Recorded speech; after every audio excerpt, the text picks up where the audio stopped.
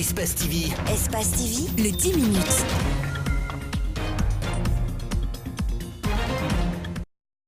Kipé 2, dans la commune de Ratoman, 252 concessions ont été sommées de quitter les lieux par le ministère de la Ville et de l'Aménagement du Territoire avant le 30 septembre.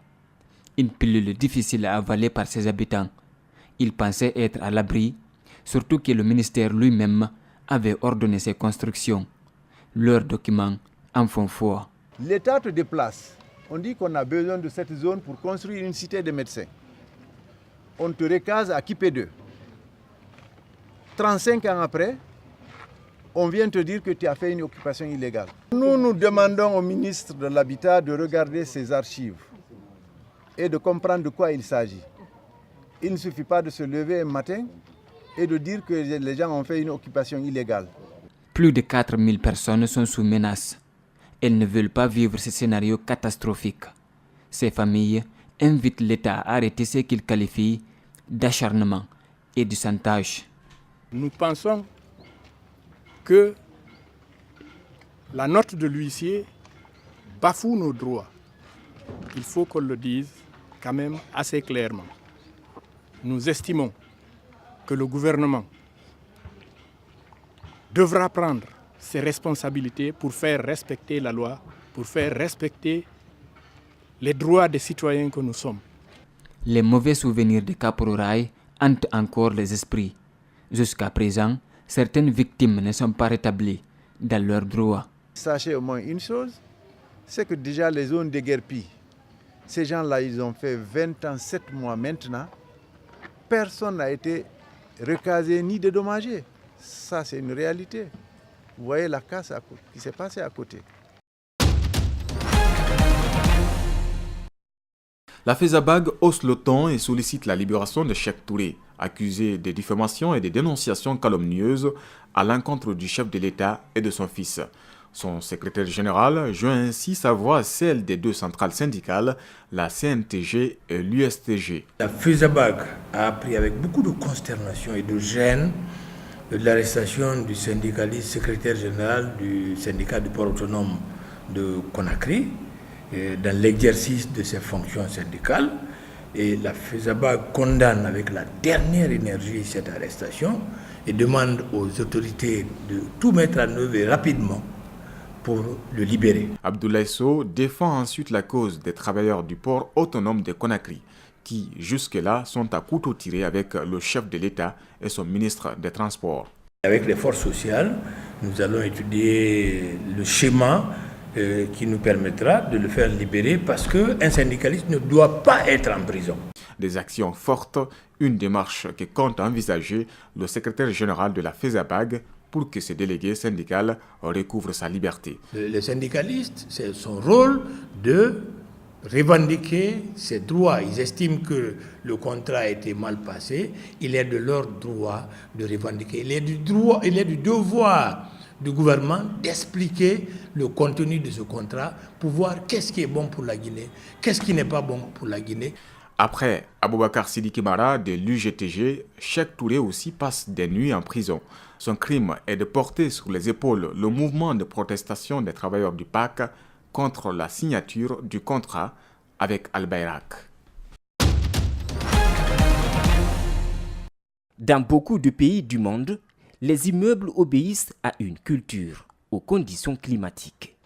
On peut reconnaître les États-Unis par ses tours, la France par ses châteaux, la Chine par cette architecture, le Niger, le Mali par ses maisons. En Guinée, des immeubles se construisent partout, mais l'architecture est plus souvent le fruit de l'importation. Les bâtiments sont encombrés, les zones de construction ne répondent pas souvent aux normes. L'Ordre national des architectes de Guinée justifie ce problème par la présence massive de faux architectes dans le pays.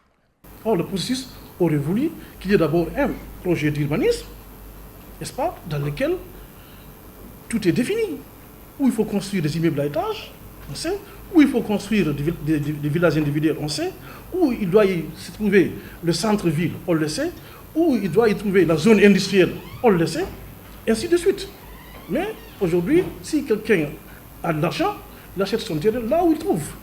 En Guinée, il y a bien des riches, mais faire appel aux architectes professionnels ou aux ingénieurs qualifiés est un grand problème.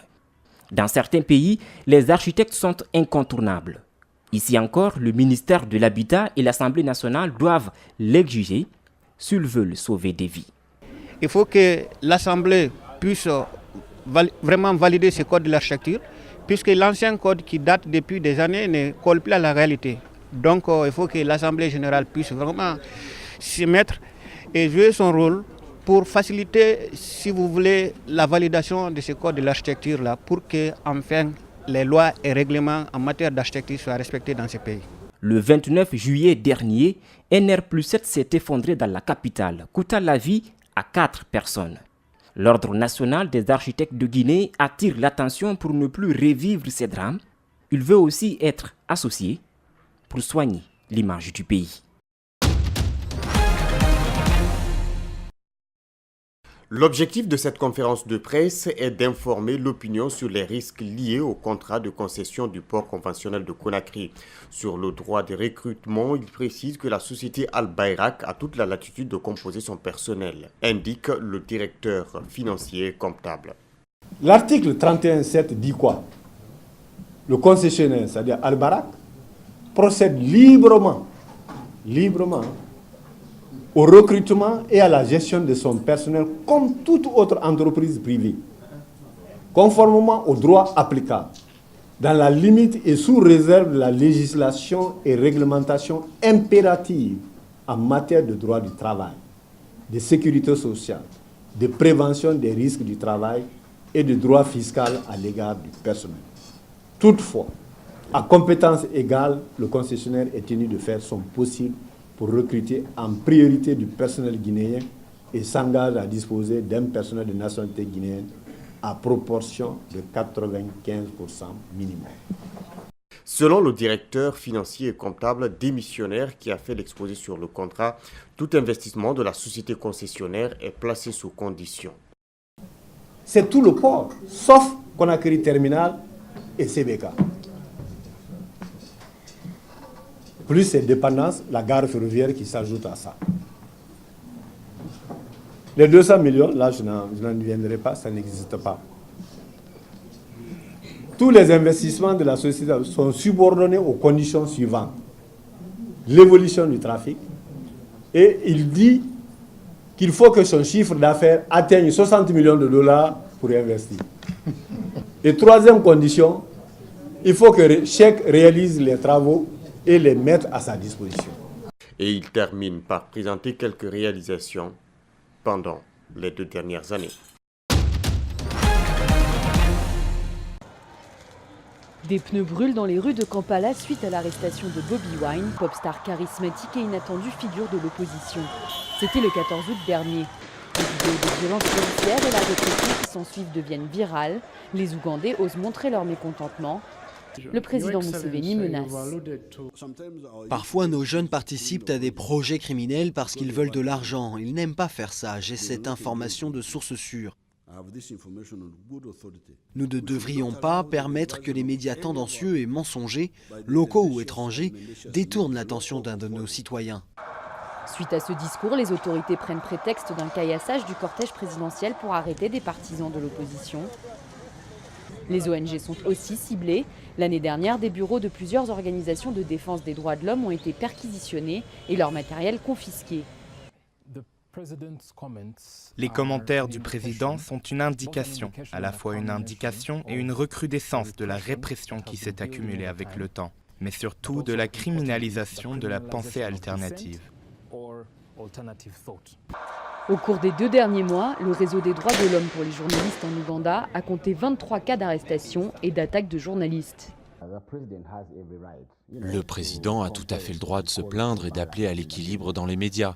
Mais nous devons être très prudents, car étant donné sa position, il y a un risque que les représentants du gouvernement, les soldats et la police, s'en inspirent et continuent leurs hostilités contre les médias, car ils pensent qu'ils sont à l'origine du problème, sans jamais remettre en cause leurs propres actions. Pour le président Museveni, ce sont des fonds étrangers qui financent ses opposants politiques. Des soupçons qui risquent de mener le pays dans une spirale de violence. car l'opposition se fait de plus en plus entendre malgré les pressions.